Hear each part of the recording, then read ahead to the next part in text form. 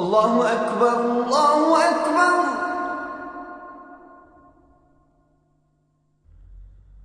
الله أكبر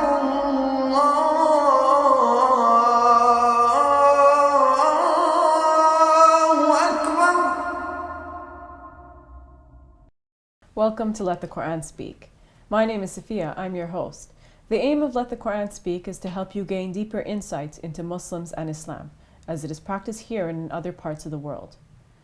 In this episode, putting fun into Eid. Many Muslims have immigrated from places in which Eid is a grand communal affair. What can we do to make our Eid celebrations here both meaningful and entertaining?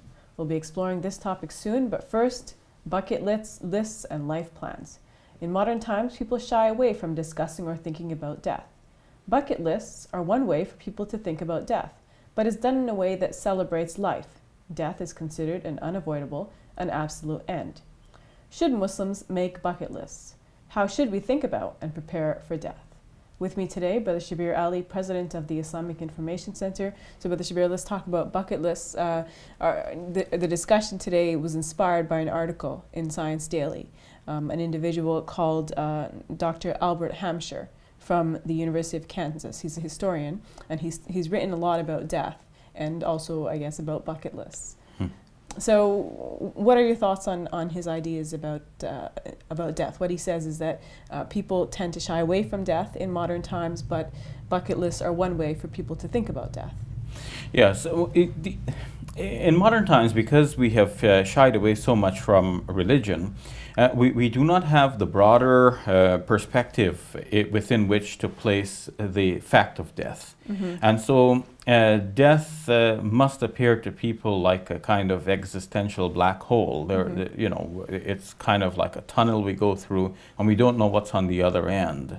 Believers generally have the idea of meeting with God or going to heaven, enjoying a life of bliss after death. And of course, Muslims often say the life hereafter, suggesting that there's a whole other life on the other side. Exactly, and for Muslims, that is the real life. This life is only a preparatory phase, a testing ground to qualify for greater bliss with God in the life hereafter.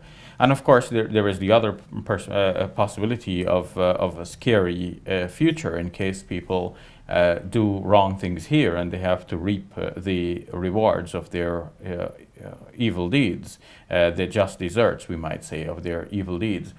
So at least there is a broader perspective. There is a scope within which to place death as just one event within a broader future. But if one does not have this faith perspective, then what does one expect after death? Somebody should write a book, What to Expect When You're Not Expecting.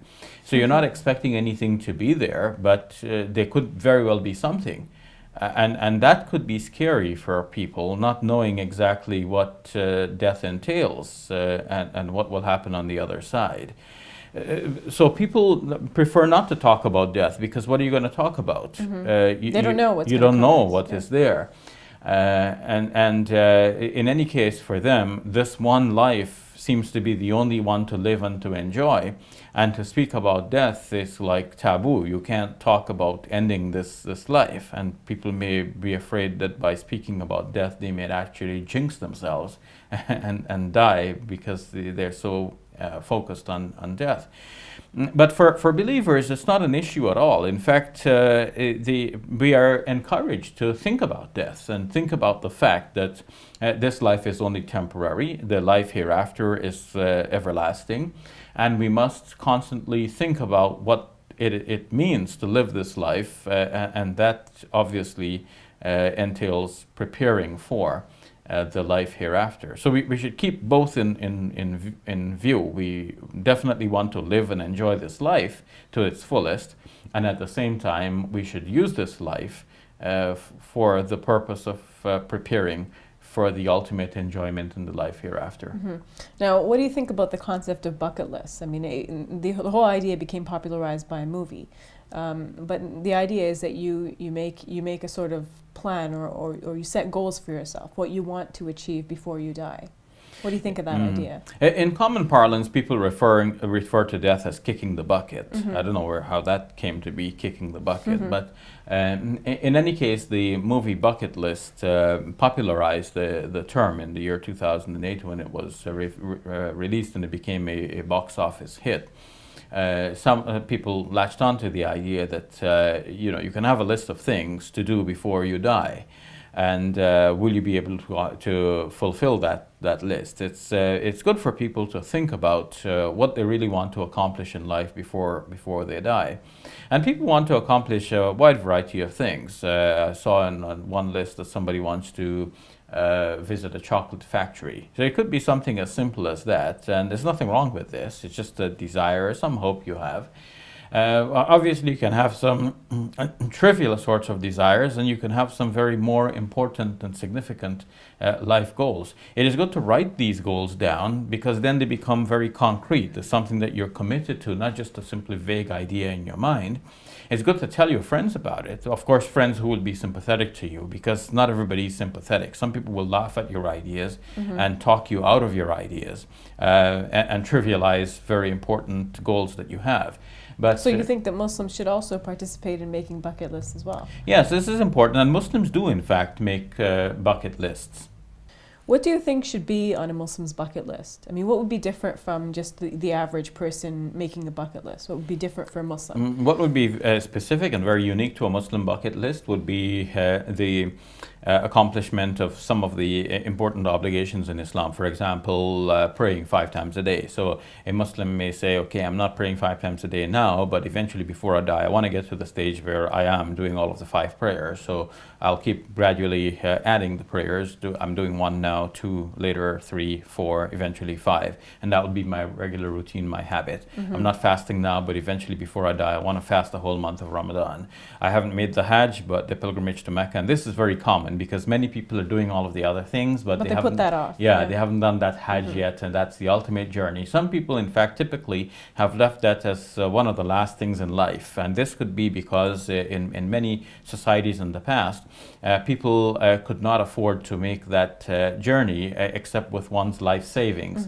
So eventually one would do that as one of the last things, with one's last dollar. But also there is a great promise of forgiveness of sins, as if though one is turning a new slate, one is becoming newborn here. In terms of the purity of one's soul. So one wants to make that one of the last things one does. One goes to the Hajj and comes back pure, and then dies and meets God in that state. But we do encourage people to make that life-transforming journey very early in life, as early as you can. And we pray that God will give you another opportunity to do it again in the future, perhaps in your old age. But if you do it early, you make that life-transforming journey, and then that will be for the betterment of your life forevermore, in this life and the life hereafter. But this so a Muslim's bucket list would include things like getting closer to God, how to improve your relationship with God, but also helping the community, that sort of thing as well? Yes, all of these obviously would come within a Muslim bucket list. I saw on one list a Muslim woman wrote, getting to know my neighbors, because in knowing one's neighbors and helping one's neighbors is emphasized in the Islamic tradition and in the Quran. So naturally a Muslim would want to accomplish all of these things. All right, thank you for that, Brother Shabir. You're welcome. We'll take a break. When we return, putting fun into Eid.